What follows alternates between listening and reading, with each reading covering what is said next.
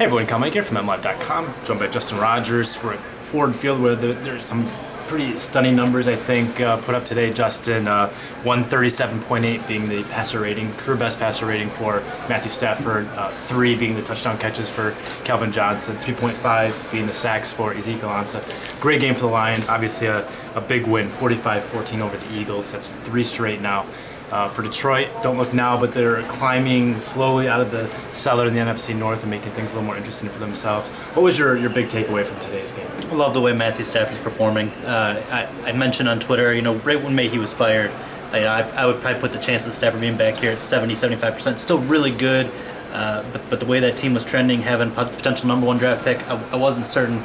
After watching these last 3 games and talking to people around the league, I'm convinced almost 100% Stafford's the guy going forward. This was one of the best performances we've ever seen from him, not just the numbers, but some of the numbers he didn't get. There was a couple drop passes, could have had a 6 touchdown if Joyke Bell gets that last 6 inches. In a lot of ways, he could have threatened an NFL record today in 7 touchdowns had Caldwell not been Jim Caldwell's conservative self and really pushed the gas and stepped on the team's throat. But this was a great performance from Matthew Stafford. Great 3 straight performances from Matthew Stafford, and the team is getting the benefits for that. Yeah, he's been better each of the games he's played under Jim Bob Cooter. There's a little bit of a struggle there against the Chiefs, and then he's got better against the Packers and had the game-securing drive at the end. He was better against the Raiders throughout that game-winning drive in the fourth quarter. And then today it was from start to finish, a stretch of 6 consecutive series at one point where they scored. That's as consistent and as impressive a performance that we've seen from Matthew Stafford in this offense in a long time. And you think about all the big-time numbers he's put up throughout his career, particularly going back to 2011 rather, that 5,000-yard season. That's amazing stuff. Today was the most efficient game he's had in his entire career, and that's saying a lot. He's really obviously looking a lot comfortable now under Jim Bob Cooter. There's more shotgun. I asked Stafford after the game if that was a factor in why he's feeling more comfortable. And he's like, well, I don't want to make it just about the shotgun thing, but obviously I can see all of my targets. We can spread things out, and he also said it's better for the run game. It makes the blocking assignments for the linemen a little bit easier with the gap assignments and so forth. So obviously it's having a very positive effect at this point. It's easy to point at Jim Bob Cooter and at Joe Lombardi and say he didn't do a good enough job, and maybe it's that, but certainly you have to give credit to Jim Bob stepping into a tough situation and really turning this thing around. Yeah, no quarterback wants to admit weaknesses, but Stafford is definitely better in the shotgun. He's always been better when he doesn't have to turn his back to the play and he can continue to read it. It does give him a little bit more time with his offensive line. It's just a better fit. He's not the only quarterback like that. There are other quarterbacks that thrive in the shotgun. If it works for him, continue to use it. Don't force him to be under center too much. What I really like is the way Cooter uses all his weapons at his disposal. This was the single most impressive game for spreading it around. Calvin Johnson has 3 touchdowns. Golden Tate had 7 catches, and they weren't big yardage, but they were chain movers. He got a score. The running backs, 3 guys combined for more than 200 yards from scrimmage. Efficient running, efficient passing. They started using Theo Riddick more in the game, early in the game. It just was as close to a perfectly called offensive game plan that we've seen all year long and probably for the last 3 or 4 years. Yeah, Riddick leads the league's tailbacks in catches, but he's done a remarkable amount of that in the fourth quarter, and that's part of that's because that's when they primarily play him. They play him in that 2-minute offense and stuff, and he racks up a ton of production in it. But as you said, they played him more early today, and I liked his involvement there on the second series because it's easy to forget when you put up 40 whatever points. That touchdown early in the game, that was huge because the Lions went 3 and out in their first drive, the offensive drive, and looked terrible. A penalty and a drop. They lost 10 yards on 3 plays in the first drive. It didn't feel like there was going to be momentum. And then you go out to the second drive and you put up this long drive. Riddick had, I believe, like a 25-yard or so catch on that drive to get it moving and then finished it off with an 8-yard touchdown grab. Really got the offense on a roll. And after that, it was just all lines the rest of the way. So many good things you can say about this offense, from Calvin to Golden to all the tailbacks. But I really like getting Riddick involved early because he's so good in space. Made a couple of plays there and the Lions were off and running. There's one thing you mentioned was the penalty. I mentioned the drops. Something this Lions team always struggles to do is overcome their own mistakes. They shoot themselves in the foot and they bleed out. They can't solve it. Today, they made those mistakes. They made those bad penalties. They had a hold or a legal hands to the face in the red zone. They had a penalty on that first series, and they overcame them. They still got into the end zone. And that's what winning teams do. I mean, you're going to make mistakes in the football field. You're going to have physical errors, mental errors. the more you overcome them, the more successful you're going to be. And today, the Lions look like a very successful football team, no matter how poorly the Eagles were playing coming into this one. One more note I wanted to make on the offense. We talked about all the playmakers, but obviously, early in the season, playmakers weren't able to do their jobs and do their thing because of the failings of the offensive line. So it would be remiss if we didn't mention the fact that the offensive line was much better this week, as it's been the past couple of weeks, and that's what's allowed this offense to unfurl a little bit. It's 2 more sacks for Stafford, but the protection has been much more consistent, much more productive, and another good running day from the running backs. 108 total rushing yards.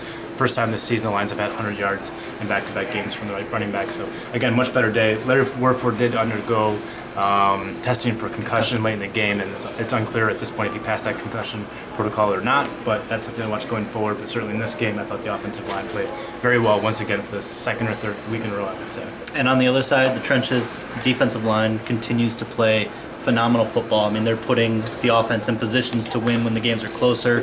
Today, they were a big part of the reason it was a blowout.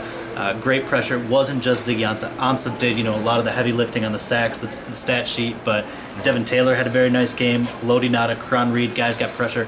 It looked very much like the Ndamukong Suh-led lines that were just wreaking havoc in certain games. The Thanksgiving game here a couple years ago against Aaron Rodgers, where he just got beat.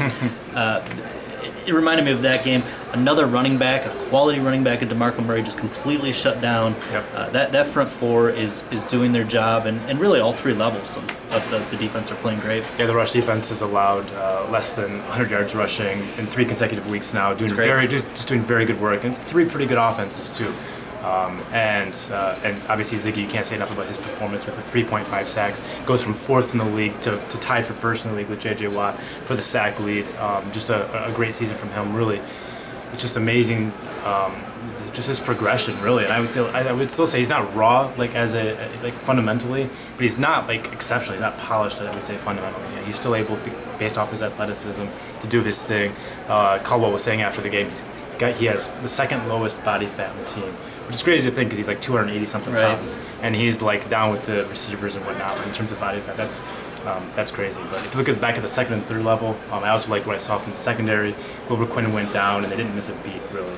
No. And that helped. I think it speaks to the depth they have going on back there. They had Issa Abdul-Qaddus basically replace James Ahedibo, and I didn't think Ahedibo was necessarily playing that poorly. It's just that maybe Abdul-Qaddus is a little bit better fit for this team right now with how much ground he can cover and pass coverage and stuff. And they just liked him more there. But then once Quinn goes out, you have 2 experienced safeties who can still play, and the Lions even miss a beat once the injury happened. Yeah, that'll be a tough loss to overcome if it does linger for more than a game. Sure. He was in a boot. It's the same ankle that kind of lingered all through 2013. He had surgery on it. I don't know if the injuries are related. We don't know that much right now. But I don't know. You kind of got the vibe that it might be at least 1 game absence, maybe more. Just talking to him after the game. Darius Slay gave up, I think, a 15-yard reception in the first quarter.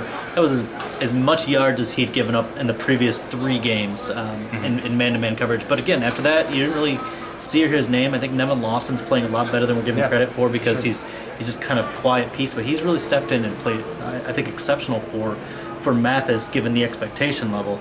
And Tahir Whitehead has worked his way, doghouse, I don't know if maybe the right term, but he lost his role in the preseason, and he slowly climbed up. He's now leading the linebackers in snaps the last few weeks, kind of like Issa Abdul-Qaddus. He covers more ground, 2 pass breakups today, a tackle for loss, another game for Whitehead where I think he's going to continue building trust with the coaching staff once again. Both sides of the ball playing better. That's a huge reason why they're 3-0 in their best 3 games and really turning things around going into a game next week against the Packers. It's the lone winning team remaining on their schedule the rest of the way. Of course, it's a team they've already beat on the road. So the schedule sets up nicely for the Lions to have a strong finish if they continue to play in this way. So let's finish it this way, Justin. I'm going to put on the spot, which is my favorite place to put you.